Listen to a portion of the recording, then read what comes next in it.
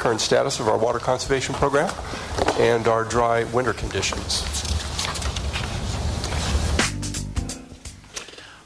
Fantastic. Good evening. Welcome to our special Public Works Committee meeting. I'm Councilmember Joe Buscaino. Today is Wednesday, April 3rd. We are here at the John Farrow Council Chambers. Thank you for being here as well, and we also welcome our viewers on Channel 35 City View. And thanks to the cast and crew in Channel 35 for putting this on for us. I've called this meeting tonight to discuss our broken streets. We have the worst streets in the country. Los Angeles has the unfortunate distinction of having the worst streets in the nation. Nearly 1/3 of city streets are so badly damaged the Bureau of Street Services has simply given up on them. Because low-cost routine maintenance is useless and reconstruction is too costly for the city, a city that's facing a multi-million-dollar budget deficit. In fact, the price tag to fix the 8,700 lane miles of failed streets is a staggering $3 billion. My first reaction upon learning that was anger. $3 billion problem just does not appear overnight. It's a result of decades and decades of neglect. Like a car, you can put off regular maintenance of a street, but when it breaks, you're in for a big repair. Even more infuriating is we are already paying for it. Our cars appreciate in value quicker. We get hit with more repair bills. Our tires wear out faster, and we burn through more gas by sitting in more traffic. And all of this adds up to what a national report says, $750 in additional vehicle operating costs every year in the city of Los Angeles. Even if you don't own a car, the hidden costs are still passed on to you through higher bus fares, more air pollution due to traffic, and higher prices on all the goods and services you purchase that rely on transportation through our Los Angeles road system. Our local streets form the skeleton of our transportation infrastructure, and allowing them to continue to deteriorate is simply not an option. Not for the second largest city in the country, not on my watch, and not while I'm chair of this committee. As a former police officer, I'm used to addressing critical situations with the true sense of urgency, which is why in January I joined with my colleague, Councilmember Mitch Englander, and proposed a $3 billion general obligation bond that would finance the reconstruction of all 8,700 lane miles of failed streets in a 10-year period. The bonds would be repaid over 29 years through additional property tax, about $126 a year for a house that's worth $350,000. Our goal of placing the measure on the May ballot was a little too ambitious, and our neighborhood councils responded with a clear, consistent message: slow down and tell us more. And we definitely got that message. We withdrew the matter from consideration for the May ballot and referred it to this committee. Moving forward, as we've been saying, all options are on the table. This will be an open, transparent, public process, which is why I requested the meeting to be carried live on Channel 35. We need real solutions. And in order for this to be a productive process, I'm asking the public to be more engaged and informed. The CAO's office, the CLA's office have prepared a preliminary analysis of the bond measure, and I invited them here today to present the report. I've also asked officials from the Bureau of a Board of Public Works, that is, Bureau of Street Services, Bureau of Engineering, to give an overview of the problem and answer questions. There have been a number of great reports that have come forward and there's a need to discuss those reports, both nationwide and here in California, for investment in our streets. I encourage residents and neighborhood councils to read them to help inform their questions and recommendations. I am submitting for the record the 2012 report card for Los Angeles County Infrastructure, prepared by the LA chapter of the American Society of Civil Engineers. Rough Roads, another report, Rough Roads Ahead, Fix Them Now or Pay for It Later, prepared by TRIP, T-R-I-P, a National Transportation Research Group, and the American Association of State Highway and Transportation Officials.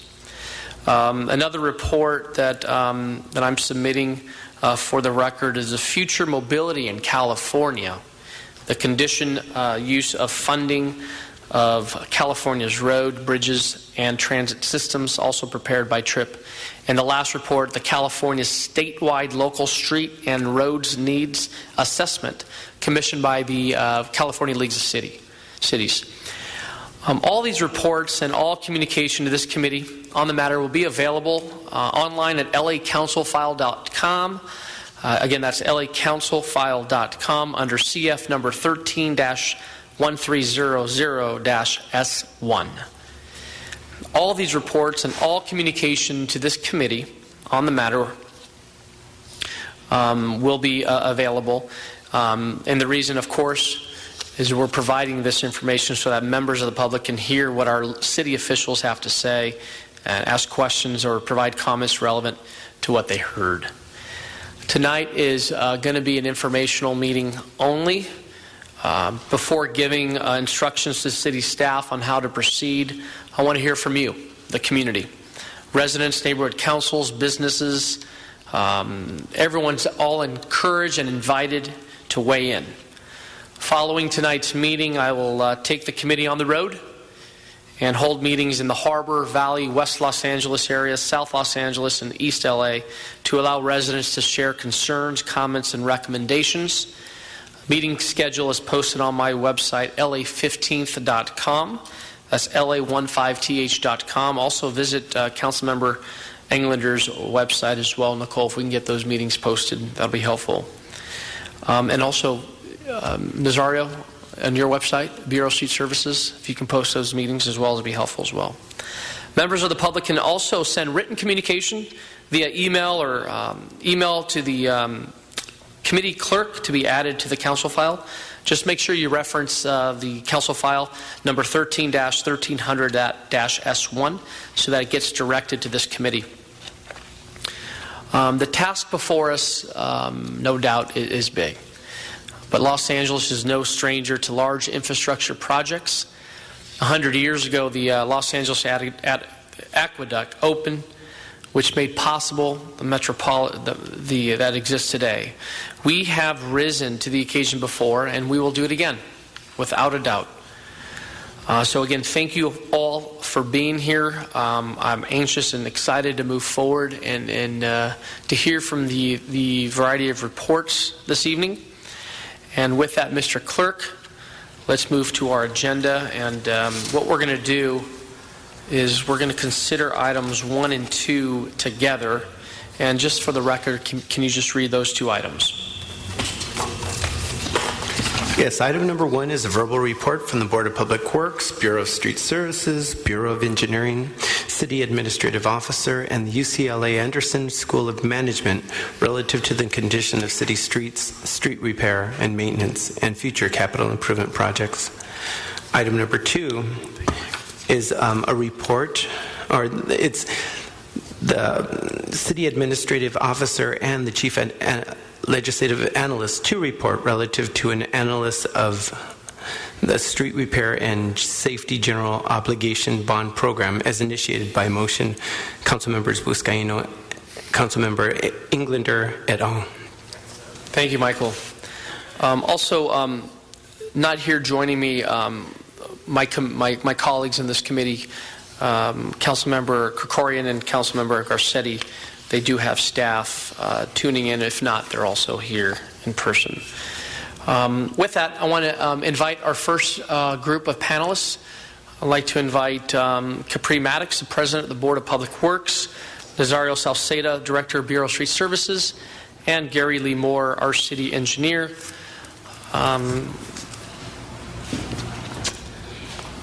Do me a favor, I know I just introduced you, but just tell us each your duties, your roles, responsibilities, then please give us some brief opening remarks about our streets and their current condition. And we'll start with you, Madam President, Capri Maddox. Thank you so much. Thank you so much, Councilmember Busquiano. It's truly an honor to be here before this committee. I'd like to also commend you and the other committee members to just thank you for having this opportunity to speak to the public on this matter. As you know, as the employees here, we're not actually taking a position on this matter, but to provide just a generic overview of our duties and our services. As you mentioned, I serve as the president of the Board of Public Works, and it's pretty much the largest infrastructure operation in the nation. And at this time, I'm going to give a brief overview of some of the things that affect the neighborhood councils, but in particular, because I know the neighborhood councils were the leading force in making sure that we just slow down the process just for a moment. The neighborhood councils obviously know their involvement with the Public Works family as it relates to the community beautification. We provide graffiti removal. As a former police officer and a former prosecutor myself, I understand that beautifying the city and making sure that it's clean is something that's very important to our neighborhood councils. The other thing is, and we're expecting to get more money this year to move forward on that, and that's a real resource that the community uses a great deal from the Board of Public Works family. Also, we have the Bureau of Contract Administration, which inspects the projects that are built for the city. This is our libraries, our parks, and our police stations. And then we have engineering. And I think the Bureau of Engineering will also have representation here at the table. We have Gary Lee Moore that is here to give us more information. But basically, they deal with the environmental design, the design, and the construction of wastewater sewer systems, municipal buildings, and bridges, and of course, our various capital improvement projects, like the one we have here at LAX. The other thing that is addressed by the department is we have sanitation, and that's they do so much for the city family, of course. As you know, they clean, they repair, and they maintain our sewer lines, 6,400 miles actually, and they also handle 1,200 miles of storm drains and operate 4 wastewater treatment plants. They actually deal with 165 billion gallons of sewer each year. And they, of course, collect our trash, 1.4 million tons of trash, yard trimmings, recyclables, and they provide those services for 750,000 households each year. And to go on, we can explain some of the other benefits of the Public Works Department. We have street lighting, and you're familiar with the Operation Bright Lights and how we are making the streets a lot brighter in the city with the LED program. We are very grateful for the success of that program. Substantial cost savings, right, from that LED program. Exactly.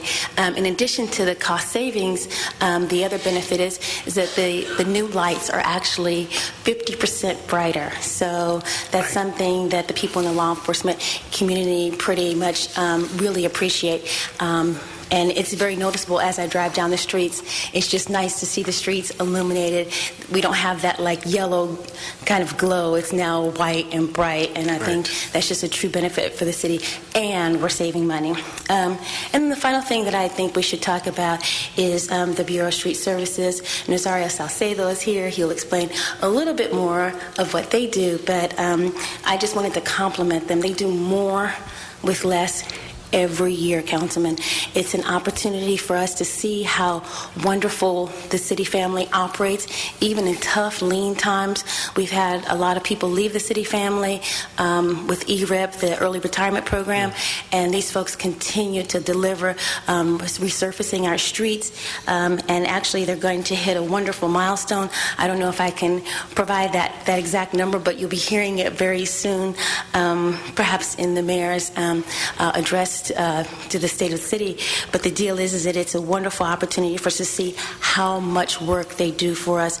And of course, as you know, they trim our trees, and in addition to that, they repair our sidewalks. And so it's just, and the neighborhood councils call on our organization a great deal to also deal with potholes, and they are so responsive and so efficient and so effective. So it's truly a pleasure to have both the representatives of two of our key bureaus here, but I just can't thank Nazario enough for all he does for the city family. Thank you so much. Thank you, Ms. Maddox, and thank you, and many thanks to you and your colleagues on the board for your continued leadership and commitment to our city. And thank you. As we all know, Public Works, as they often say, where the rubber meets the road. And really pleased to see you there as the president of the board. Thank you. Mr. Salceda, thank you for being here. And if you can, I understand you have a PowerPoint presentation, and I'll just allow you to introduce yourself and I'll just dive into the PowerPoint. Well, thank you very much, Councilmember Buscaino, and I also want to thank you for your leadership and your vision. Without a doubt, you make a great Public Works Committee chair. Thank you again for your undivided support and understanding. I'm Nazario Salceda, the Director of the Bureau of Street Services, and at your request, I'm here to give you a quick overview of the state of the streets. The city of Los Angeles, as we all know, is the city that has the largest square mileage in the nation. Within the city limits, we can squeeze 7 big cities, such as Milwaukee, San Francisco, Minneapolis, Pittsburgh, Boston, St. Louis, Cleveland, and Manhattan. Those 7 cities fit within the geographic area of the city of Los Angeles. And for the same reason, the city of Los Angeles has also the largest public works infrastructure in the nation. No other city has more sewers, more sidewalks, more street trees, more street lights, and of course, more streets than the city of Los Angeles. Sorry, do we have the PowerPoint? Are we working on putting that up? We don't have it. Okay, well, we don't. We can provide it online? Yes. Okay, fantastic. Continue. Yes. In terms of streets, once again, we have the largest and most congested municipal street system in the nation. How big is it? It's comprised of approximately 28,000 lane miles of streets, approximately 70,000 city blocks. Perhaps the number 28,000 lane miles of streets doesn't give you a good idea of how big it is. Our system, just so you get a better idea, is equivalent to a 10-lane freeway between the cities of New York and Los Angeles. That's the size of our street network. So how do we manage this monster called the street network? Well, in the old days, the Bureau of Street Services used to use what we call a visual inspection methodology. We used to have supervisors inspecting streets and determining the condition of the streets. Although that was a good methodology, it was not very accurate. It didn't provide repeatable information, and it was not very scientific. It was more subjective than objective. Therefore, in 1998, the Bureau of Street Services decided to adopt a state-of-the-art pavement management system, a pavement management system that is considered the elite pavement management system in the world, and that is micropaver. The way micropaver works is very simple. The Bureau of Street Services inspects the condition of every LA street in a 3-year cycle. Each one of the 70,000 city blocks is inspected at least once every 3 years. Specialized equipment, specialized vans capture high-definition images of the surface of the street. And analyzing those pictures, we determine distresses, roughness, etc., etc. So what was life prior to micropaver? Life... How do we identify? It was very difficult because just picture this. Let's say that I put together a team to inspect streets. Gary Lemer and Commissioner Maddox, they can go and rate a street, and based on their perception, they can give that block an 8. I'm just from 0 to 10. Mm-hmm. But then you and I can go tomorrow and inspect the same street, and maybe we're in a better mood, and maybe we'll give that street a 9. Okay. Got it. You know what I mean? So it was not very scientific. It was good. It was good for the time, but now we have sophisticated technology available to us. And the city of LA is using right now the most sophisticated technology in the world. These images are analyzed, and this is how we score every pavement in the city of LA from 0 to 100.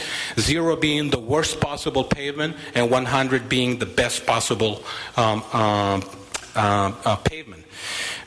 Maintenance and rehabilitation activities are prioritized using micropaver. Basically, micropaver will tell us which ones, which streets we need to pave based on the budget allocation.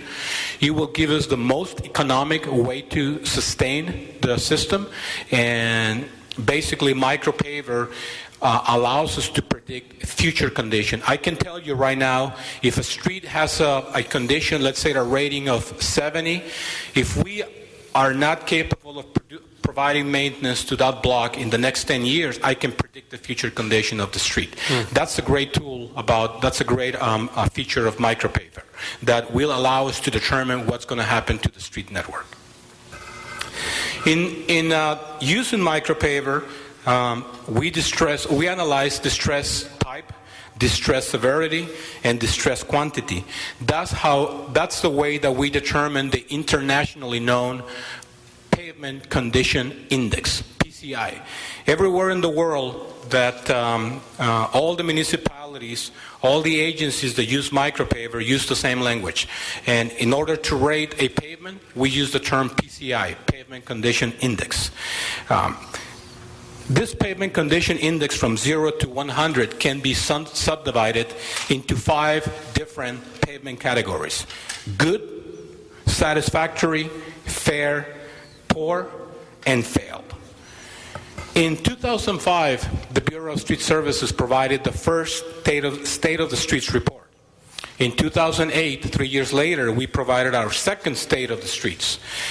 Most recently, in 2011, during the month of October of 2011, we released our 2011 version of the State of the Streets.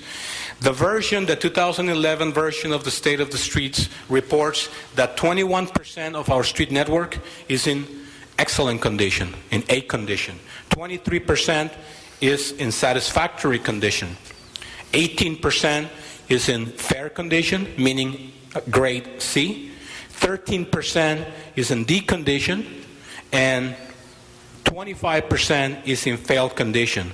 Overall, 31% of our lane miles in LA are in near failed or failed condition, which is a very significant number. 31% of our lane miles in LA are in failed or near failed condition. The question is, how did we get in this mess? Who do we blame for this? Well, the reality is things happen in different ways throughout the history of LA. Prior to 1945, the city had 2,500 center line miles of streets only. After the war, the city grew in geometric proportions, I should say in exponential proportions. We went from 2,500 center line miles of streets to 6,500 miles of streets. I mean, I'm talking about center line miles of streets. But the reality is, we were only resurfacing since the 1920s 50 miles per year. So when we grew to 6,500 miles of streets, 50 miles of streets per year of resurfacing were not enough. We had a street resurfacing cycle of once every 150 years. That is the reason why our street network deteriorated so rapidly. Who originally constructed our streets? Originally, streets were constructed by developers. It's typically developers construct the streets using city standards, but then once the city becomes a city street, the city has the responsibility to maintain it in perpetuity. But it was until the late 1980s when we finally received more than 50 miles of allocation for resurfacing. Right now, we're doing a historical 245 miles. In reality, in the last 8 years, we have seen historical numbers. We are resurfacing, slurry sealing, and crack sealing approximately 750 miles per year. I mean, no other city in the world, and I'm saying this because I get calls from my colleagues all over the world that cannot comprehend how are we doing, what methodology do we use to get all this work accomplished? It's beyond their comprehension that we do so much work. But the reality is, pavement management, solid pavement management practices recommend that we use this money to save the street network. That's why we use this money to address streets that are in good, satisfactory, and in fair condition. And we use very little money to address the near-failed and the failed streets. In reality, we only address 145 lane miles of failed or near-failed streets per year. So we have a backlog of 60 years for streets that require reconstruction. Once again, the last 8 years have been historical. This year, our goal is even more historical. We're going to try to accomplish 800 miles of pavement preservation, which once again is really, really high. And the price tag on that from the next fiscal year, what are your projections? We are investing approximately, in the last 8 years, we invested approximately between $95 and $115 million per year. Got it. Per year. But once again, the funding that we get allows us to maintain the average pavement condition index of the city on 62. We don't have money right now to address the failed and near-failed streets. Summarizing, Council Member, pavement management, it's a great tool. And how did we get in this mess? Again, this is a historical problem. This is something that we inherited. Now, can we blame our grandparents? I wouldn't blame my grandparents simply because they didn't have the tools that we have. I mean, they didn't have, pavement management was not a science. Pavement management is a branch of civil engineering. Now, it's a complete science. And back in the 1920s, 30s, 40s, 50s, we didn't have it as a science. We didn't have the sophisticated equipment that we have right now. So they did, I want to give them the benefit of the doubt. I want to think that they did the best they could based on the information that they had. So again, we can blame our grandparents. We could, but we shouldn't. But the reality is now we have, with all the technologies that we have, with all the knowledge that we have a moral responsibility because we know what's happening, what's the condition of the streets right now, and what's going to happen in the future if we don't take care of the street network. With that, if you have any questions, I'll answer some questions later. Thank you. Mr. Gary Lee Moore. Good evening, Councilman. Thank you, sir, for being here. I also want to thank you for your leadership. You're such a champion of your own community, but this is just showing your leadership across the whole city. And thank you, Gary. Greatly appreciate the opportunity to be here tonight. Thank you. In the Bureau of Engineering, we get the opportunity to work on many different projects, whether it be a bridge, a fire station, animal shelters, parks, Los Angeles River revitalization. But tonight we're talking about streets. And when Nazario laid out here the situation, we in the Bureau of Engineering get involved in a lot of street widening projects, how to help and mitigate and improve traffic congestion. Some of the reasons, though, for street failure that you'll see is water. And what happens is old roadways that have exceeded their design life, we call it AC pavement, asphalt concrete pavement, lose their oils, and it starts to become more flexible, brittle, it cracks under normal traffic. And water infiltrates in and actually loosens up the subgrade, and everybody knows what it's like to drive on a failed street. The older pavement also was placed on very bad soil conditions. And with the newer technologies, we put down a fabric before we put down the base material, and I'll explain a little bit more about that to help mitigate that. But that's another cause, is the poor soil conditions. Also, when things were designed many years ago, the traffic loads have changed. Vehicles have gotten heavier, volume has increased. All that leads to pavement failure. As far as when you do design a new street, what are you doing? What do you look for? Just very briefly. One, you start with the soil, and you look at the soil condition. The next thing you take a look at is the traffic volume. And after you've looked at those two components, you determine what the structural section, they say, of a street looks like. Basically, you look at the rock, the gravel that you put down. The next thing you do is you put down, it can be a range from 6 to 10 inches of the asphalt concrete, but you use it with a large aggregate size, a large rock in it. And then finally you put down a 2-inch wearing surface, we say, which is very small rock, very smooth, so when you drive on it, it's you don't worry about noise factor involved in that. So that's a real primer about the failures of streets and how a street is designed, and we're here to answer any questions that you might have. And while you're on topic of the material, Gary, can you tell us what are some of the things that can prevent the pavement to deteriorate prematurely? One is an aggressive maintenance program. I mean, when you build a new street in a residential area, you'd usually target 25 to 30 years, and for what we call arterial streets, or the more commercial or heavier traveled streets, you're probably looking at a useful life of 15 to 20 years.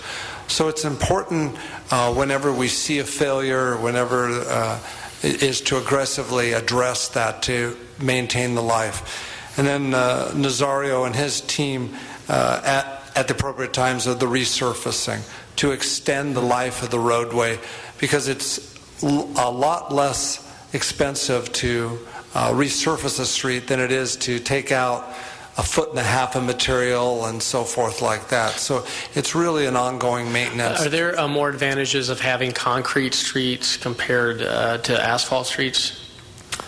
Well, you'll notice in your bus, a lot of bus stops we use bus pads. We use concrete, and that's because of the stopping and the starting, in the temperatures, in the heat. We've all seen the asphalt move, asphalt concrete to move in those areas. So in a very high volume, aggressive areas, we'll use concrete. Many freeways were originally built using concrete because of the speed, the volumes, and so forth. So yes, I mean, if we had our druthers, concrete would be a great solution, but it's just cost prohibitive. Thank you. I have a series of questions for Nazario, if I may, just for our audience, our viewers. Just explain briefly how a street is designed, constructed, and maintained. These are just basic questions, and this is, again, a start to a series of these types of committee meetings that we want to just give us like a brief Street 101. Well, I'm going to give you a utopian situation. Yes. Let's say that a street is paved today, reconstructed today, brand new street today. Obviously, the first thing we do is inspect the street consistently. We have our inspectors inspecting the condition of the streets, but in reality, we know that the life expectancy of a residential street, like Gary mentioned, is between 25 and 30 years, and we know for a fact that asphalt pavements require maintenance within the first 3 to 7 years, and that's what we call a slurry application. The Bureau of Street Services apply approximately 455 miles of slurry every single year, and slurry basically... What's that cost per mile? It's approximately between $25,000 and $30,000 per mile. This is why it is critical to properly maintain the streets, because when you apply slurry for $25,000 a mile, you extend the serviceable life of the street for another 7 to 10 years. And so for 7 or 10 years, you only have to invest $25,000 to $30,000. Now, if we wait until we have to resurface the street, now it's going to cost us approximately $350,000 per mile. So slurry is the first form of defense to protect the integrity of a street. And we're currently doing that on our A, B, and C conditioned streets. That is correct. Okay. That is one of the applications that we use for A, B, and C streets. If by any chance a street doesn't get an application of slurry within the first 7 years, what we do, we will try to apply an application of slurry after the 10 years. In reality, every street should be capable of receiving 3 applications of slurry, extending the serviceable life of the street up to 21 years. Now, inevitably, streets fail. Why? Because there are utility cuts, we have heavy traffic conditions, and even with the slurry applications, the structure of the street may end up failing. And at that point, we have to move from maintenance to rehabilitation. Rehabilitation includes the resurfacing of the streets, which is removing the existing surface of the pavement and replacing it with the new application, a new wearing surface, or the most expensive method of rehabilitation, which is reconstruction. Reconstruction implies the removal of the complete structure of the street and the replacement. Reconstruction is extremely expensive, up to 7 times or 10 times more than slurry. So you're saying the preventive maintenance is a lot cheaper? Yes. I mean, we all can, if you purchase a vehicle today, a car today, we can all skip the $3,000, the 3,000 mile oil change. And you can skip it on 6,000, 9,000, 10,000, and you may be thinking that you're saving dollars, $18 to $21. And we're no longer providing funding to fix our D and F streets. Exactly. Okay. But eventually, we're going to have to pay, as you mentioned it earlier, Council Member, pavement preservation is a business of paying now or paying much more later. On the reconstruction, what's the cost per mile on the reconstruction? It is approximately in residential areas between $600,000 and $650,000 per mile. And that's again just taking it down to the bare minimum, right? That is correct. Okay.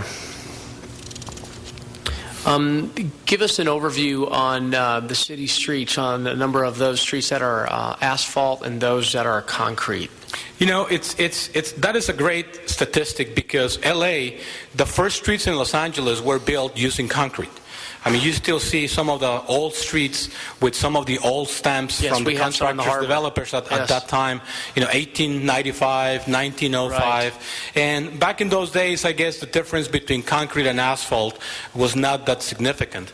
At one point, the city of Los Angeles, out of the 6,500 centerline miles of streets that we have, we used to have approximately 3,000 miles of concrete streets. We're down to approximately 800 miles of concrete streets, because what we use is a technology or a methodology called asphalt overlays. If we have to resurface a concrete street, basically what we do is we prep the street, we make sure that all the failures are removed, and then we apply 3 to 4 inches of asphalt on top of the concrete.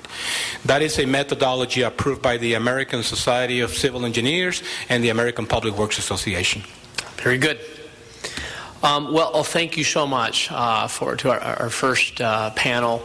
Thank you for your commitment and taking the time here to give us a lesson on Streets 101 in the city of Los Angeles, and thanks for your continued service. Thank you, Councilman. Thank you, Councilman. I know we have our next panel. I'd like to bring up the City Administrative Officer Miguel Santana, if I can, and also Mr. Jerry Miller, our Chief Legislative Analyst. And as with the last group, just if you can just discuss your roles and responsibilities in the city for our listening and viewing audience. Good evening, Miguel Santana, CAO. I report to both your council and to the mayor. I oversee a number of different areas, including debt management for the City of Los Angeles. Thank you. And Mr. Miller? Jerry Miller, Chief Legislative Analyst. I report to all 15 of you. I'm the only department or office head that reports directly to the council. And I pretty much do anything you guys need me to do. We prepare, of course, the council's budget, help work on legislative priorities, state and federal legislative advocacy, the whole gamut of issues. Thank you both for being here. I know you put together a joint report. At this time, I just respectfully ask that you come forward with the report and the findings, and then I have a series of questions as well. Certainly. Thank you. We did submit a report, and much of what was discussed earlier was touched upon in the report. I think the one thing that our report does go into is sort of looking at the larger context of the way the department is funded in the street program as a whole. And I think the most important thing to point out that that much like the rest of the city, this is a function that is experiencing and will continue to experience a dramatic drop in revenue over the next few years. There are several different sources of revenue that fund the street services program. The smallest portion is actually the general fund. The general fund represents only about 1% of the overall funding of the $133 million program to maintain our streets. The biggest portion is our gas tax, which what most people don't realize is actually on the decline. The revenue is tied to the volume of gas that is sold, not to the price. So even though prices are going up, people are buying less, so the tax itself is declining. Proposition C is been programmed, and it's likely to be gone in 14-15 for this purpose. Measure R fund is being programmed as well and is declining. Traffic Safety Fund, which is also declining, and then Proposition 1B, which is state funded, helps save us this year, is disappearing next fiscal year. So the main funding sources to maintain our streets are in a dramatic decline. We'll first experience that decline next fiscal year. So one of the issues that you will have to deal with in the context of the budget just in a few weeks is how do we maintain the existing level of funding for our street services program to keep up with the 800 miles that have been established as a goal by the council and the mayor. So beyond that, there's of course the issue of the different tiers of streets that the city has, and this measure deals with the worst streets that we have that involve major reconstruction. It's important to point out that you can't bond for slurry seal, and for the less intensive work you could only bond for reconstruction and the heavier work that's required. So regardless of whether this bond measure is ultimately placed before the voters and passed, we still have a problem due to the declining revenue sources that are occurring throughout the rest of the funding of our street program. And that's something that we would have to deal with. In addition, obviously, it gets much more dramatic should a solution like the one that's being proposed now isn't introduced. Ultimately, the city needs to start contributing more funding towards this program, and I think it's appropriate as we start addressing the structural deficit in the future that we start programming in general fund dollars. There was a point not that long ago in fiscal year 2006-07 that we had a significant increase in general fund dollars, and there was a $30 million contribution to maintain that program, and again now it's down to about $1 million. So as part of the long-term planning for the city, it's important that we start funding this. And then the final point is the proposal that's laid out is, as you indicated, a $3 billion general obligation bond. For the assessed value of your average property, which is about $350,000, we're talking about $121 over the life of the bonds per property owner for the average. And we're looking at a total of about 29 years, and then the fee schedule varies depending on what year we're at. Thank you. Mr. Miller. I think I think the only things that I want to add is, Mr. Chair, as you started out the committee, looking at all the options and transparency, we've identified a number of possible funding options. The reality, in my view, is the only one that really would work would be the general obligation bond. We've indicated the possibility of special tax assessments, which are now very difficult to do under 218. So there are really barriers to using any other of these on a large scale to accomplish what it is that we need to accomplish. But I think Miguel's exactly right. I think the charge that we need to keep working on and working with you on is at least maintaining our current level of during the next 10 years during the capital program, and realizing that we'll need to do more than that, because as has been indicated, once this money is spent and once this failed streets are brought up to acceptable levels, they must be maintained, or we're going to get ourselves back into the position that we find ourselves in today. So that's going to be a long-term commitment, and we're going to have to work with you to identify what those funding sources might be to ensure that we don't end up where we started. So we, my colleague and I have been hearing in a number of concerns. People are saying, we are already paying taxes. Why can't we fix this problem with the taxes that we're already paying? And although your report was very clear, I just want to ask for the record, Mr. Santana, as our chief financial advisor, is it possible to repair these failed streets based on the funds or using the funds in our existing budget?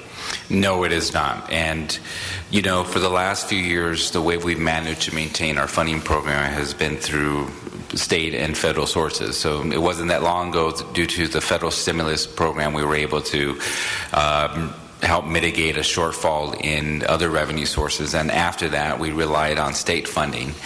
The primary sources of revenue are all declining, and so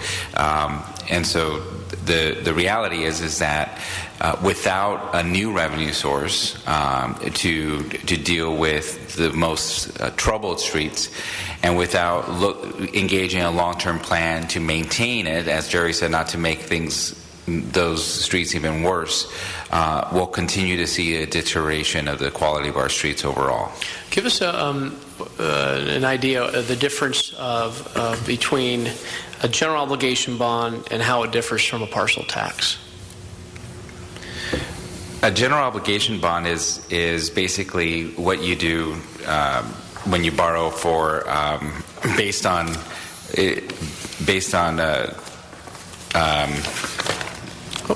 Do you want to go ahead, Natalie? Natalie Brucio. Good to see you, A general obligation bond is based on the assessed value of a property. So if your house is worth, $1, you're assessed a percentage of that. If it's worth $2, you're assessed a percentage of that. A parcel tax is based on a formula based on use. It can be based on a lot of different things. It really depends on what you're building with it. It's my idea to use a general obligation bond if we have an inventory of a problem. Is that the only time we can use a GO bond? A general obligation bond can only be used if you're doing a tax based on the assessed value. On assessed value, yeah. Right. The reason you use a general obligation bond over a parcel tax is because it's really based on value no matter where you live in the city.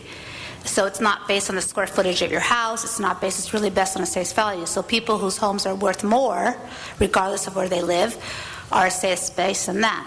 So there's a perception that a parcel tax is regressive, that it's based on other things. That means that your house is worth less. You could be paying more in parcel tax than somebody whose house is worth more than yours.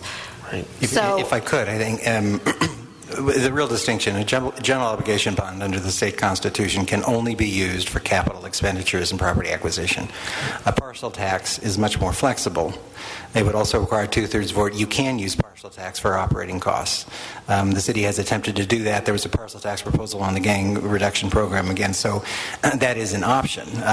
Clearly, a partial tax, though, if we were to add maintenance costs, as we've been discussing on top of the $3 billion, it would be a much larger number that we're talking about. So it is more flexible. The city has had much more success in getting general obligation bonds passed. We have never had a partial tax passed for operating costs. This may be an IRS question, but perhaps you can answer it. Would the additional property tax be able to be claimed as a deduction on an individual's income tax? It's part of the property tax bill. It is. Can you explain what a bond rating is and how it affects the cost of borrowing? A bond rating is a rating system based on your finances, your financial management. There's a bunch of criteria that rating agencies use. And the higher your rating, the less risk there is of you defaulting on your bond. So therefore, the interest rate is lower. So that's what a rating is. So if you have a AAA, your interest rate is lower because there's less risk in you defaulting on your bond. So the lower your interest rate, the lower your rating, the higher your interest rate is. And by issuing such a large bond, in this case perhaps $3 billion bond, would that affect our bond rating in the city? No, I mean, each bond rating is looked at individually. The general obligation bond is based on the assessed value and how well people pay back their property tax, and we have a very high payment rate on property tax. So it's a very good credit. It's considered the best credit the city can have. It's a general obligation bond. The city's bond rating for general obligations bonds was recently increased because the property values in the city of LA are actually growing as opposed to other parts of the state. So San Francisco and Los Angeles were the two major cities that actually received an upgrade in their general obligation bond ratings. What's our city's debt limit and how would this bond measure affect it? For voter-approved debt, it falls into the 15% category, and right now we're at about 8.5, 8.6 on that. That's where it would be. So we're pretty good. The rating agencies consider it moderate. Obviously, $3 billion would add to that, and maybe would get us closer to 9. But I don't think that. Like I said, the general obligation bond, because it is secured by the property tax, is the best credit of the city. In talking about savings, if this moves forward, if savings are realized and the work program is completed in a timely manner under budget, can the savings be used for other projects? They have to go back to the intended purpose. They can't be used to add more police officers or provide services in libraries. The obligation goes back to the original intent. Could the bond be used to pay for projects in the state capital improvement program, such as the replacement of the White Point landslide in San Pedro? Not if it's on the ballot. If you specify in the ballot specific projects, that would be the vehicle to do that.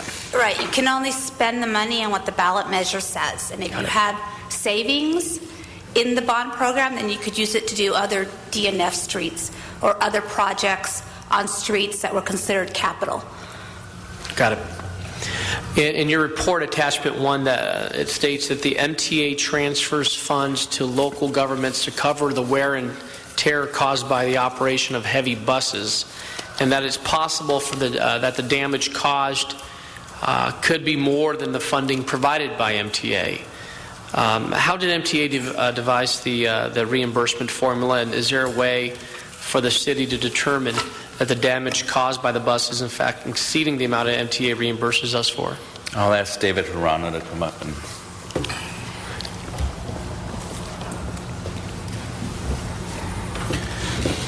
Councilman David Hirano from the Office of CAO. In order to determine the amount of damage the buses are placing upon our system, we would actually have to go through, and there's a way to do so, I'm told. Scientifically, we would have to go through a study to make that determination. And we'd have to do that before we could determine whether we're getting enough in terms of local return from Metro offset that or not. So in order for the formula to be changed, in order for it to be changed, you have to do a study? Well, we'd have to determine what the exact impact is. There are not only buses that impact our streets, but there are trucks, and there are different types of buses. There are now new articulated buses that are much larger. We'd have to do some sort of scientific study to determine what those impacts are, and then convert those into costs. Got it. That would take a little bit of time to do. Thank you, David. Mr. Santana, in your opening remarks, you address the gas tax. Is it true that California has one of the highest gas tax in the country? That's my understanding, yes. How does the way California allocates gas tax to local jurisdictions differ from other states? How does it differ from other states? Let's see if David, do you know the answer to this? How does the way that California allocate the gas tax different to local jurisdictions different from other states? I'm sorry, I don't know the difference with other states. I can only converse in the difference here, or the way they do it here. Okay, we can get back to you. If you can get back to us on that, that's yes. a question that we're hearing. Is there a particular state or states you? No, just in general. Just in general, okay. Do other states supplement street maintenance through dedicated funding streams other than gas tax? Other states? We'd have to get back to you. I just want to kind of compare to how other states across the country are handling the gas tax issue, even though we know that we see some decline in the gas tax. Okay. If you can get back to us on that. How do other cities in California pay for street maintenance? Many of the other cities in California pay for street maintenance through their general fund and their gas tax funds, and there are a few other cities that have other transit-related funds like LA does, but the vast majority are gas tax and general fund monies. Do these other cities supplement gas tax with money from their general fund? Yes. They do. How does Los Angeles compare to other California cities in terms of the ratio of population to lane miles of streets? Maybe a Nazario question. Nazario can answer. Did you hear that, Nazario? How does Los Angeles compare to other California cities in terms of the ratio of population to lane miles of streets? Well, we don't have a comprehensive study, but I can only tell you that no other city in California or in the nation has the number of lane miles that we have. You can use a ratio of 28,000 divided by 4 million people, or vice versa, and determine how many, what's the ratio per person in the city of LA. But certainly no one has more streets and no more population than the city of LA. Okay. Talking about funding, is LA at a funding disadvantage because of our geographic size and the large amount of roads that service low-density single-family residential neighborhoods? Well, we have as I think was said earlier, we have the most miles than any other city in the country, and so there's certainly a huge challenge with that. The other challenge, of course, is the fact that most other cities do provide a general fund contribution, and the city had historically done so. But due to the fiscal challenges that the general fund has confronted, we basically have reduced our general fund contribution to about 1% of the overall program. Back to gas tax. If the gas tax is paid on a per gallon basis and cars are becoming more fuel efficient, doesn't this pose a significant long-term funding problem? That is correct, and that's why we're seeing our gas tax slowly decline due to the fact that cars are becoming more efficient and then gas prices continue to grow. And what are we doing to address this on the state and federal level?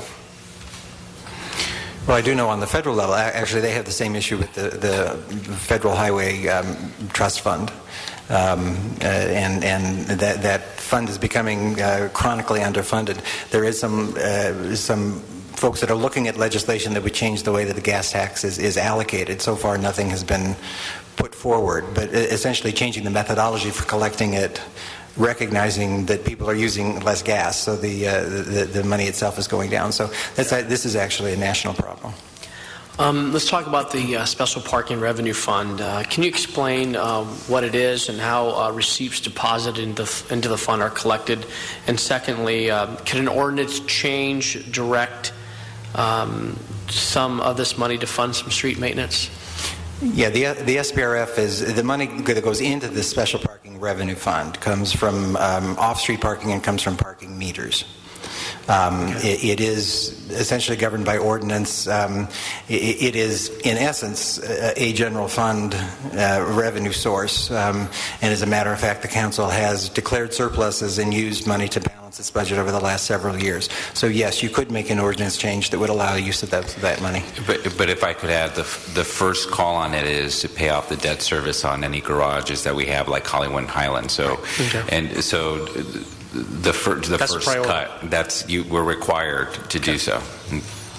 Let's talk about Measure R funds and voter approved. When was it? What was a few years ago? It was approved, Measure R. How much money does the city get from the Measure R fund annually?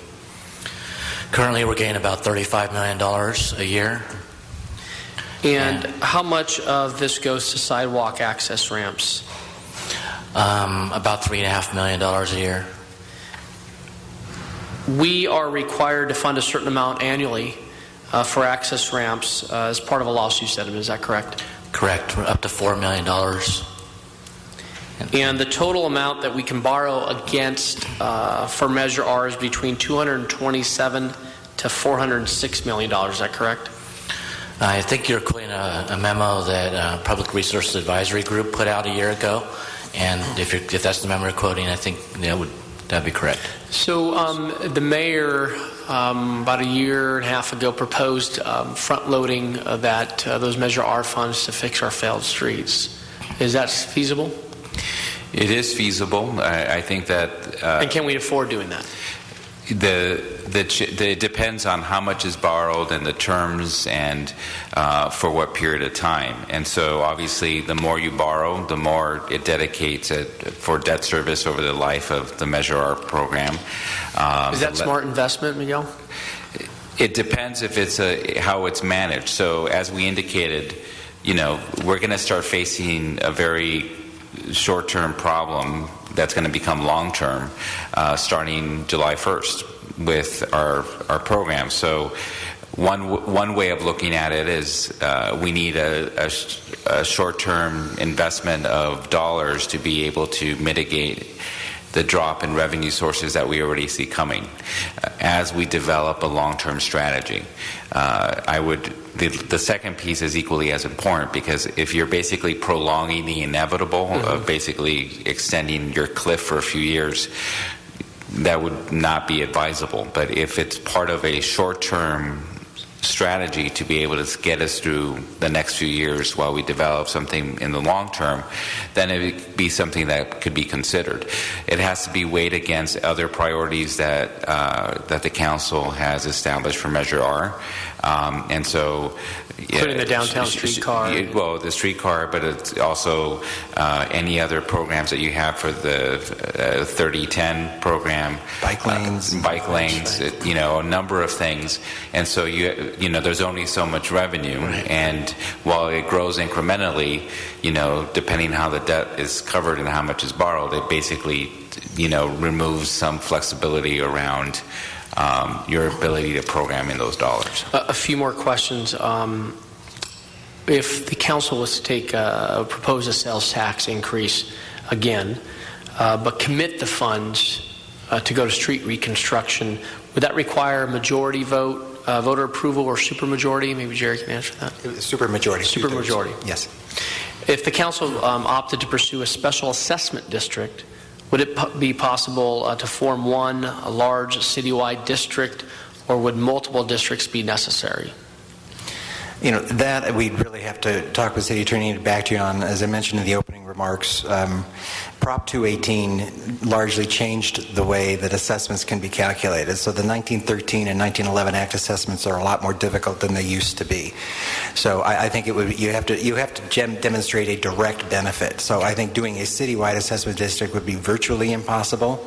But we would really have to work with city attorney and with street services and to see if we could just make looking that at all nexus. options Yeah. moving forward. With a special assessment district, you state that mathematical formula is applied. The mathematical formula, rather, is applied to determine how much each property will benefit from the installation of the improvements.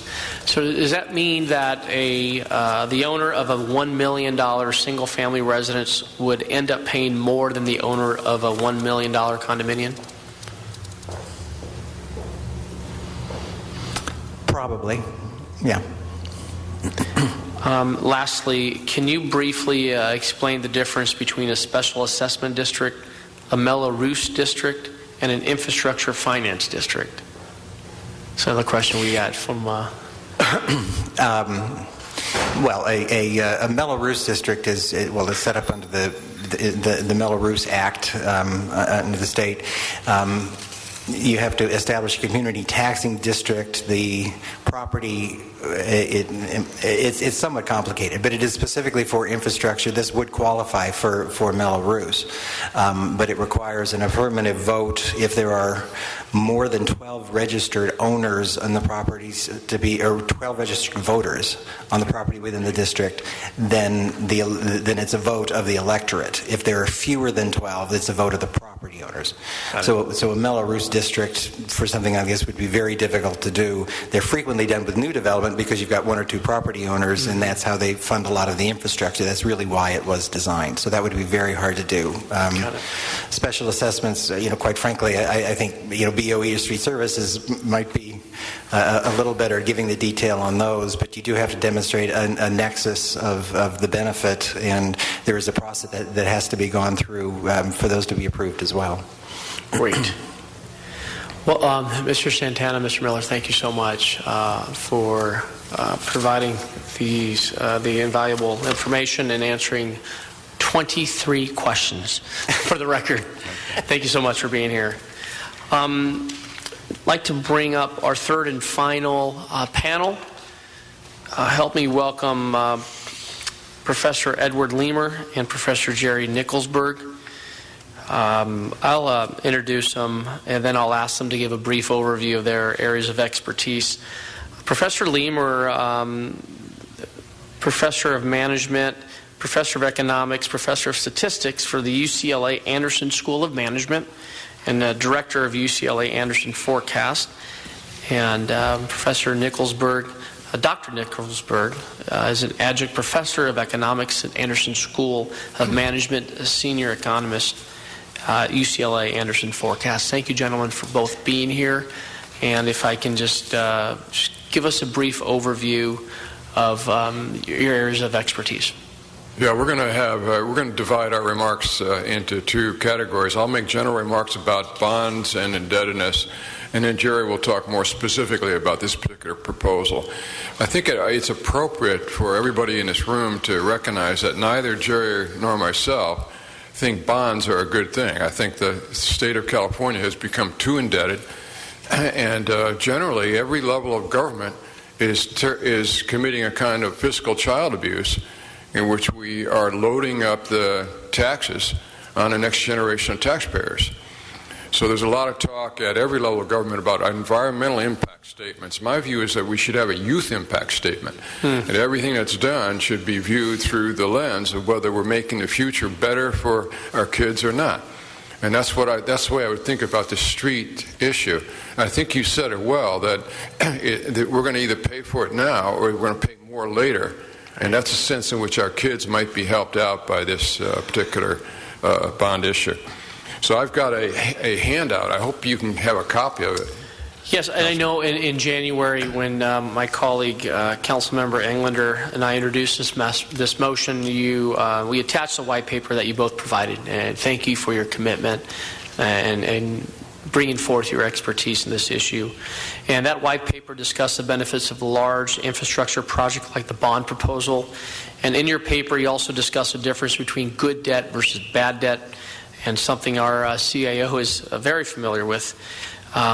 So I appreciate that you provided this committee an overview, or can you just brief overview of the that white paper that you well, as an introduction to the white paper, I have this handout that I hope everybody in the room can get access to, because I think it has important information for this committee. Marco, if you can. Thank you, sir.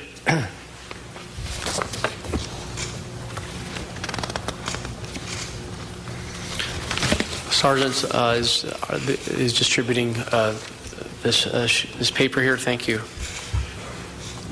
So you see the first slide is what I call the Sacramental Happiness Index.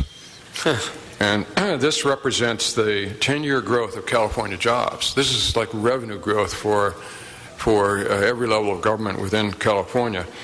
And you can see that in Pat Brown and Ronald Reagan and the first Jerry Brown administration, California jobs were growing at the rate of 40% every decade, more than 40% per year.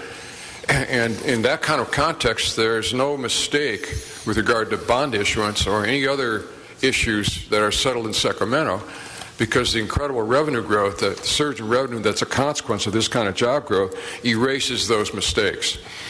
But you see in this image that California has become a slower and slower growth state.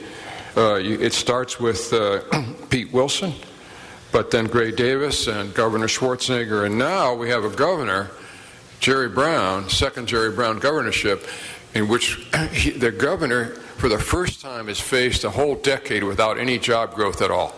And almost every level of government makes commitments premised on typically exceptional forecasts with regard to revenue growth. And this is saying that California overall is in a very difficult situation, and it's not a happy time to be in Sacramento. It's a time when decisions in Sacramento are extremely important.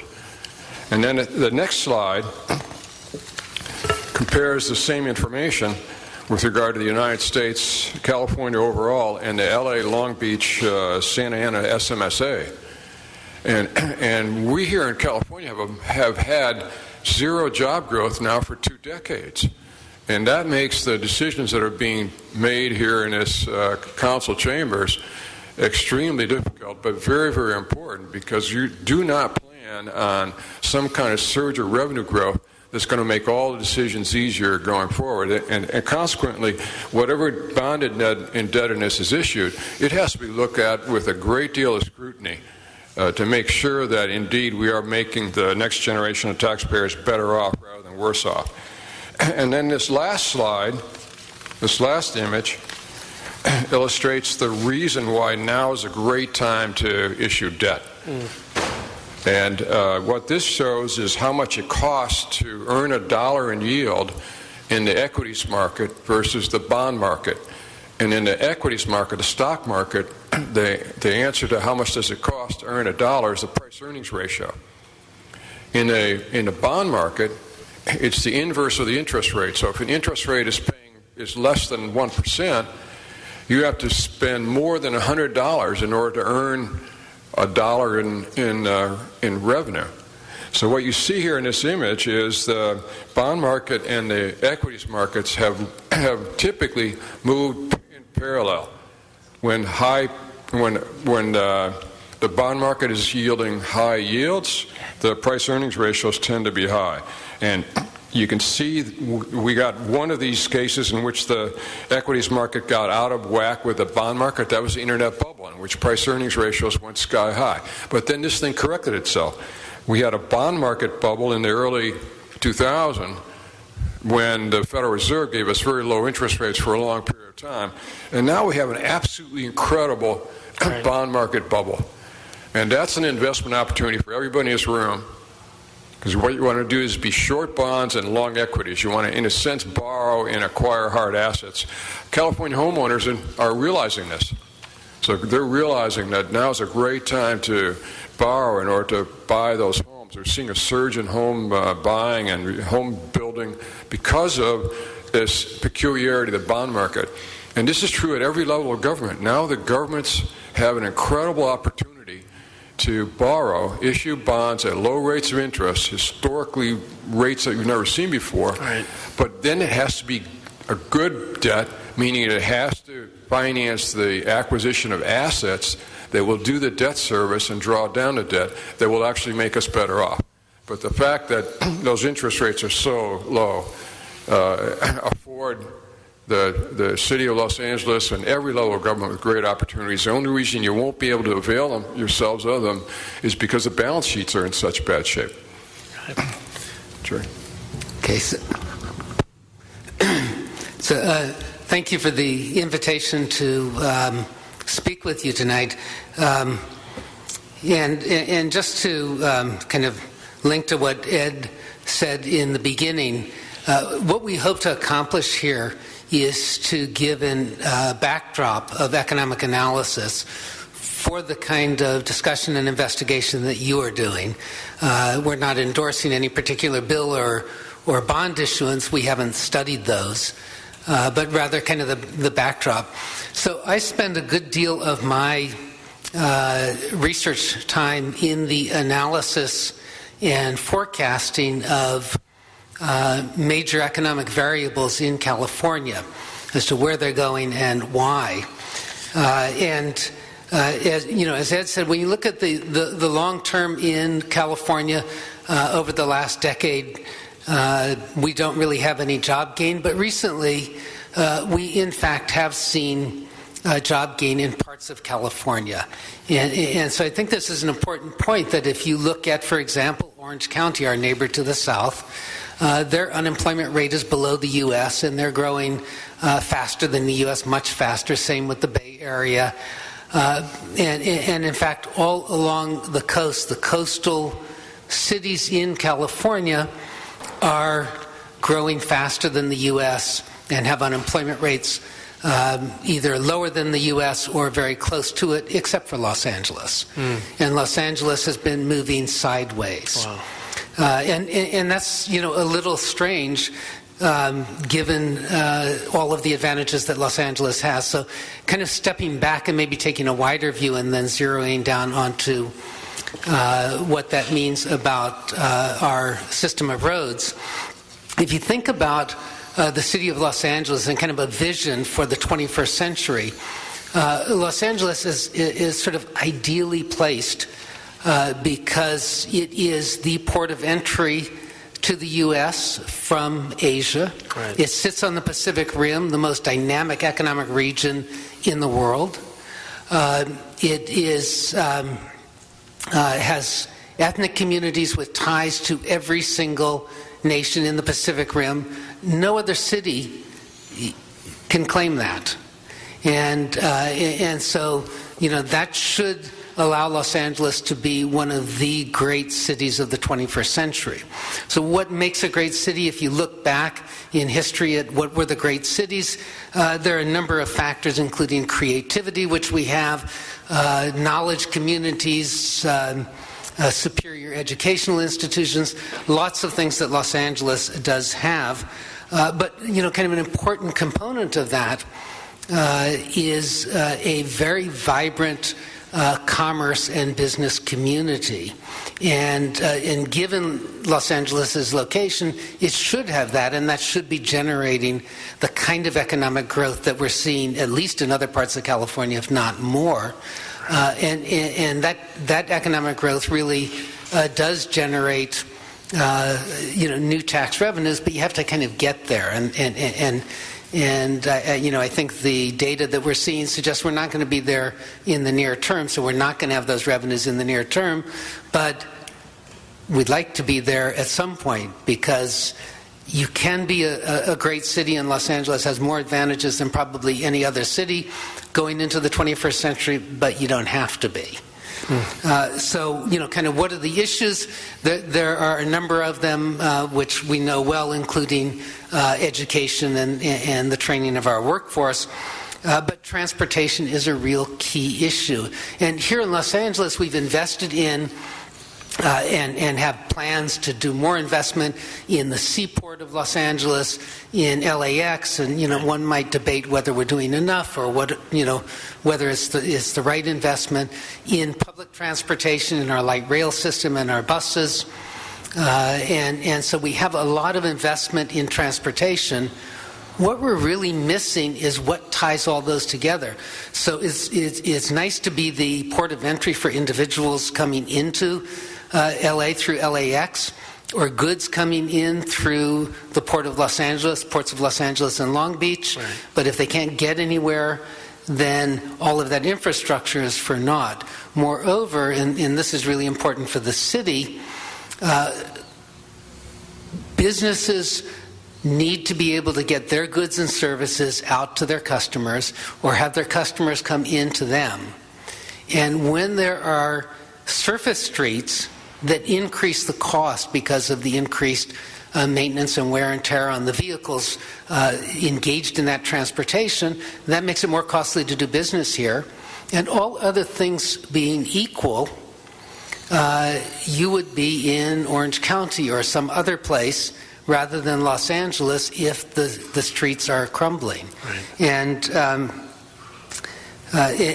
And so what we're talking about here is upgrading the grid of streets in the city of Los Angeles, really not just lowering the cost to individuals who live here and happen to drive to the grocery store, but lowering the cost to firms for doing business in the city, and making the city really appear as it is, as the city that's on the move to be the great city that it can be, and basically the capital of commerce for the Pacific Rim.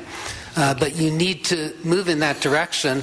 I think it's important to note, if you look at economic history, it doesn't stand still. It doesn't go sideways. And the data that you just saw from Ed Lemer was that Los Angeles is going sideways. Well, you don't go sideways forever. You either go down or up. And this is an important infrastructure for lowering the cost to do business in the city of Los Angeles, and for presenting the city to those who might feel that this might be a good place to locate, to expand business, as one that is on the rise rather than one that is falling apart. Thank you, gentlemen, for the oversight and your report. And just a commercial break. The Port of Los Angeles is open for business. Just today, we had our somewhat of a ribbon cutting ceremony. Now, the Port of Los Angeles can now handle the world's largest ship container ship here in our own backyard, with the dredging project complete as of today. Let's shift gears to talk about why we're here, and the street improvement bond. How would this project of this magnitude affect our local economy? Well, in addition to this being an ideal time to invest in infrastructure, because the cost of borrowing is as low as it will ever be, it is also the case that we have here in California very high unemployment, and for the most part that unemployment is in the building trades. So in the state, our employment in construction, so this is payroll employment, not self-employed, in construction rose during the last decade to 1 million.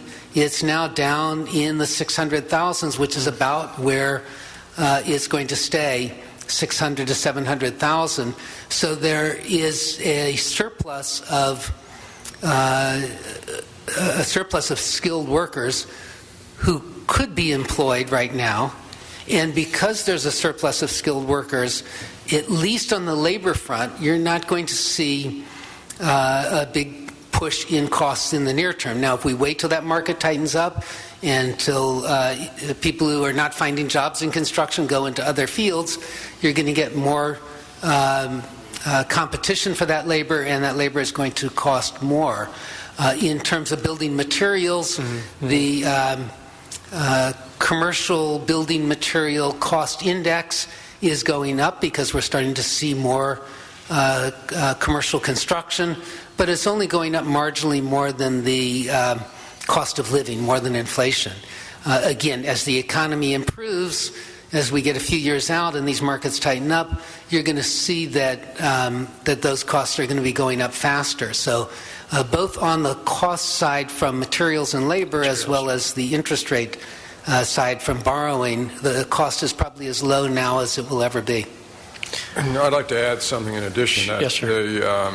The disappearance of manufacturing jobs is really hard on our high school graduates. We really built the middle class in America in the factory, and the absence of those factory jobs means we need to think long and hard about what the high school graduate is going to do. And these kinds of jobs in construction are typically decent paid, middle-class American jobs. And you mentioned that in your paper about the job training. How can such a program be structured to provide maximum benefit to city residents? Well, one of the things that can be done is, so there's a certain set of skills that you need to build roads. You need to know how to operate certain heavy machinery that you don't use when you're building houses. However, we can, through our community colleges, it used to be night school programs, but they're being, or adult education, that's being transferred to the community colleges, partnering with the community colleges to provide that training, and that provides locally the skilled workforce so that were the city to undertake this infrastructure project, it would not need, or the construction companies would not need to be hiring from outside the city, but could hire City of Los Angeles residents. Would you say that if this is approved and we move forward, that this would be the largest infrastructure improvement project in the country? 8,700 lane miles? I don't know the answer to that. Okay. How many jobs do you project creating from this project? Again, I don't know the answer. That depends on the speed in which the project is done. Of course, building roads requires fewer people than other construction because you use a lot. It's capital intensive, but I have no visibility as to the amount of job creation that might occur. Now, but I do want to make one comment on that. When you have surplus labor, as we have now with very high unemployment in the city of Los Angeles and in the county of Los Angeles, you do get job creation. When those labor markets tighten up, as they will eventually, then you don't get job creation, you get a crowding out of private jobs, where the city is bidding against private industry for those scarce resources.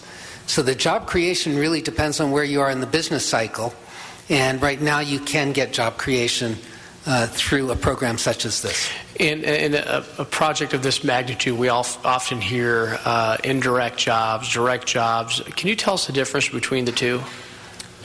Sure. The indirect jobs are those jobs that are derivative of the individuals being employed in the direct jobs. So there are really two kinds. One is someone who's unemployed; they're living off their savings, or they're living on reduced income from a formerly two-income earner family or three-income earner family, so they have reduced income. And when they're employed, they'll spend a little more, and so they'll go out to eat more and so on. And so you'll get some indirect job creation, but it's fairly minor because a lot of the indirect job creation that is counted for when people do multiplier analysis is the public safety, is police and fire and school teachers and the grocery clerk and so on. And you certainly don't reduce police and fire or school teachers just because someone's unemployed. Mm-hmm. And so you don't get that job creation unless a project such as this would bring people in from outside, in which case we might need more schools and therefore more teachers. So the notion that there's going to be a big multiplier effect of this, I think is wrong if it, in fact, is employing Angelenos. Got it. Thank you for that. Also in your white paper, you mentioned the potential of increasing property values. Is there a way to quantify how much a property can increase in value by having a smooth, well-maintained street in front of it? Or conversely, how much a poor street can decrease property values? Well, we could carry out that econometric exercise, but that's not one that we have not done that yet. In addition to the property tax revenue, could the city see or expect revenue streams to see an increase as a result of this infrastructure improvement project, such as sales tax, hotel tax, business tax, or the documentary transfer tax? Well, Jerry has described how this makes a statement about the future of Los Angeles and is probably going to stimulate and attract business to the LA area. So there would be a side benefit beyond the one that we just discussed. Thank you, gentlemen, for being here, and thank you for providing your valuable insight. And on behalf of the city family, we thank you and look forward to working with you as you move forward. Thank you. Thank you. Yeah. Okay, at this point, I'd like to take, and thank you for members of our community who are here. It was important for me really to get our subject matter experts here at the table so you can listen and also perhaps gear your comments to the presentations that we just heard. At this point, we'll take public comment, and I'd like to bring up Neighborhood Council Budget Advocate Jay Handel. Thank you, sir, for being here.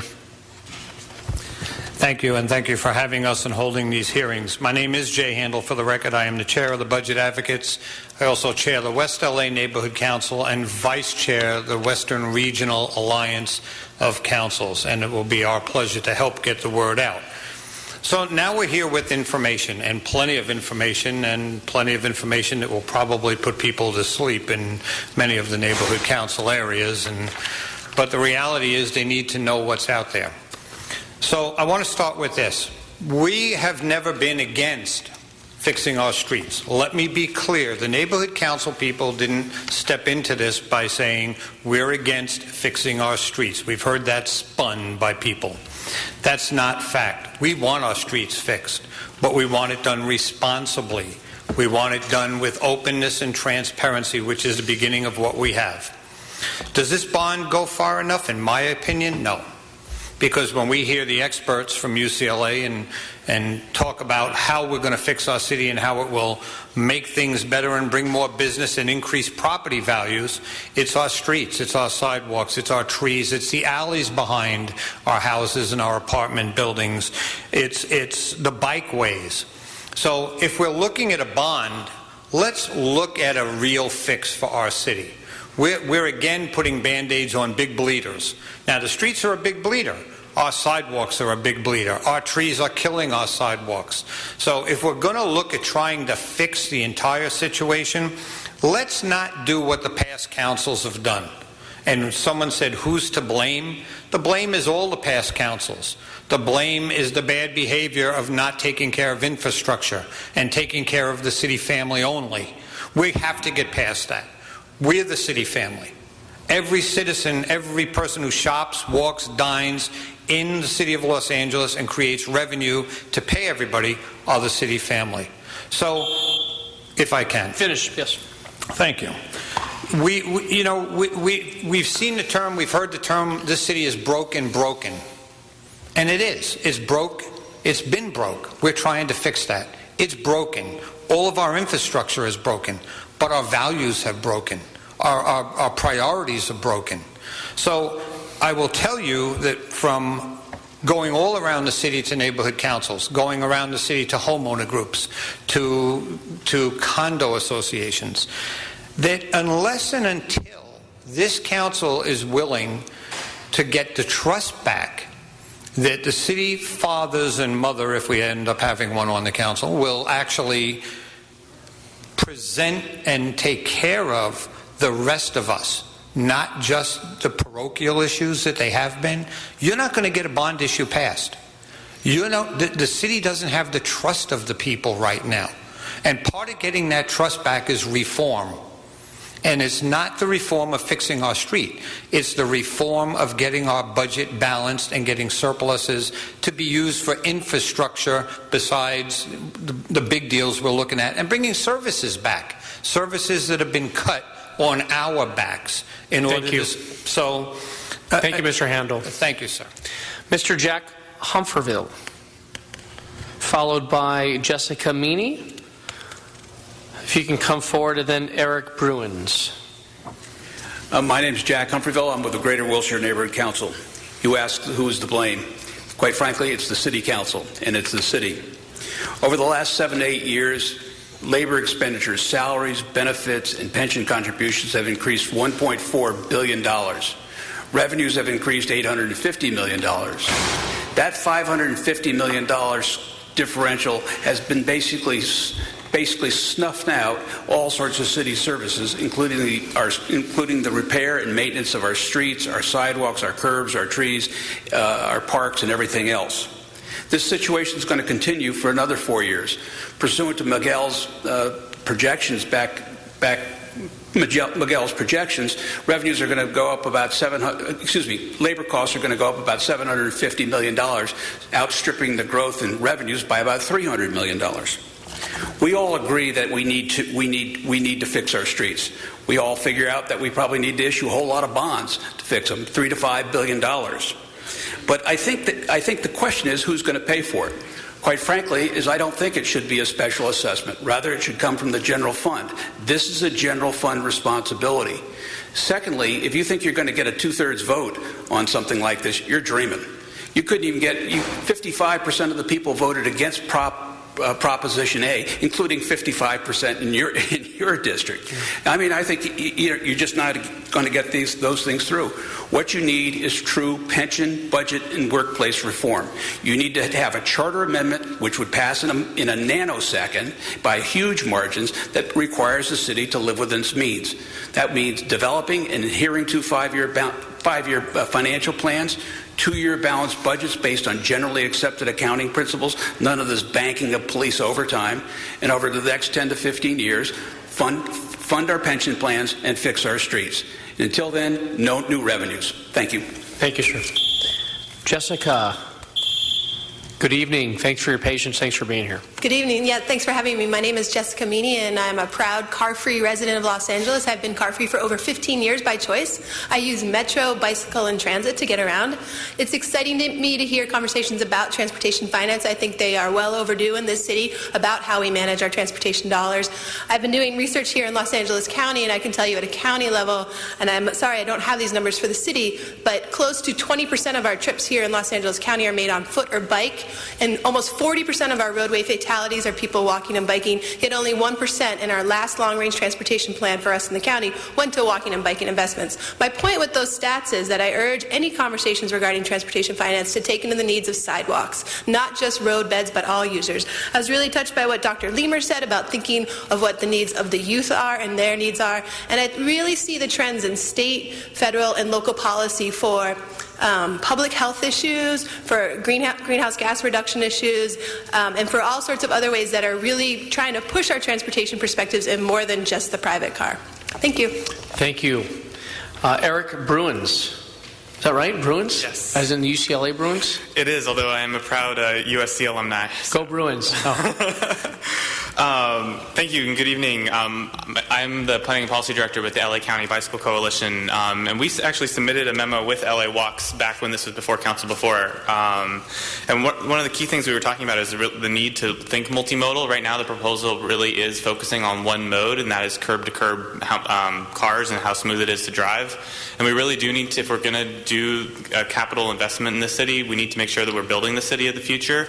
And what we're finding all across the country is the cities that are growing right now, and LA City is not really one of them, but the cities that are doing well economically are the cities that are attracting talent based on making their cities livable. And that is we obviously have terrible traffic issues, but if you're young, what you're looking for is the type of neighborhood that allows you to get around by walking and biking so you don't have to deal with traffic. When we're dealing with all kinds of these, the reason that the gas tax revenue is falling short is because young people aren't driving enough, because they don't want to drive. So to put us in debt and have all of the use general funds to make up for the gas tax revenue in order to build the same infrastructure that is currently has a shortfall doesn't seem to make sense for the long term. So we really do need to think multimodally. The departments that have been missing from the conversation have been city planning and Department of Transportation, and these are the people that are thinking about the future. Street Services does a great job with maintaining the revenue, the infrastructure that we have with the resources that we have. But if we are thinking about, putting in such a large capital investment, we need to make sure that the future-oriented people are here at the table and designing a program that's going to work in the long term. And I'm here as the Bicycle Coalition, so I'm very sensitive to potholes, but we really care about sidewalks. Our pedestrian friends are getting the raw end of this deal right now. Thank you. Thank you, sir. And our final speaker is Michael Effeld. Hope I didn't butcher your last name. I'm used to people doing that to me. Is that right, Effeld? You actually got it just right. Oh, really? Which doesn't happen very often. Fantastic. So thank you. Thank you, sir. Again, my name is Mike Asphalt, and I must say I am a city employee. I actually work for the Department of Public Works, but I'm here as a resident. Thank you. And as a pedestrian and a bicyclist and a frequent transit rider. And these are the ways I get around. I drive also, but I prefer to walk. I prefer to ride my bike. I prefer to take a bus. And I want all those rides to be comfortable. I want my car ride to be comfortable, and for my car to be to not have to be damaged and suffer excess wear and tear. I want my bus ride to be comfortable as well. But when I'm walking and when I'm riding my bike, I want to feel safe and comfortable and respected on the road, just like we respect cars and buses. And I think respect towards bicyclists and pedestrians starts with how we build the infrastructure. So I'm a big supporter of this bond proposal. I think this is the right solution at the right time. I think it's a bold solution to a really large problem. But I think we need to make sure that we have a complete solution. And to me, that means complete streets. Complete streets will respect drivers, bicyclists, pedestrians in an equitable way. And we can also think about things like the right way to treat stormwater, which is another function of our streets. It conveys stormwater. How do we do that in a smart way? So we need to think about all these things, think about this holistically. And I think that it's really important that the complete streets language should be in the legislation, in the ballot proposal, because as we've heard before, these bonds will go to pay for exactly what is described in the language. Right. So it's critical that language to respect pedestrians, bicyclists, be in the language from the start.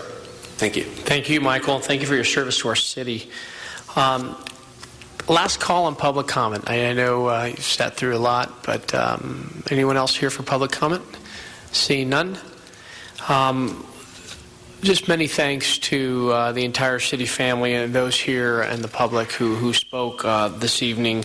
I'd like to thank Commissioner Capri Maddox, Nazario Salceda, Gary Lee Moore, Miguel Santana, Jerry Miller, Edward Lemer, Jerry Nickelsburg for participating in this meeting tonight and providing their valuable insight. I'd also like to thank the CAO, CLA, city clerk staff, our Sergeant at Arms.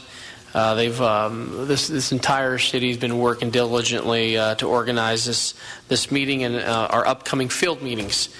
We've heard a lot of great information tonight, and I think this was a great way to kick off a series of meetings across the city to talk about this important issue before us. This was the first step of the process, and we have a lot more work to do for the final proposal to present to the City Council and then ultimately to the voters. With that, I'm going to hold both items in committee and continue them for a future meeting. I'd also like to thank Channel 35 City View and their team for airing this live tonight. Video and audio of this meeting will be posted on the city's website, lacity.org. Thank you all again, and this special meeting of the Public Works Committee is now adjourned. Thank you.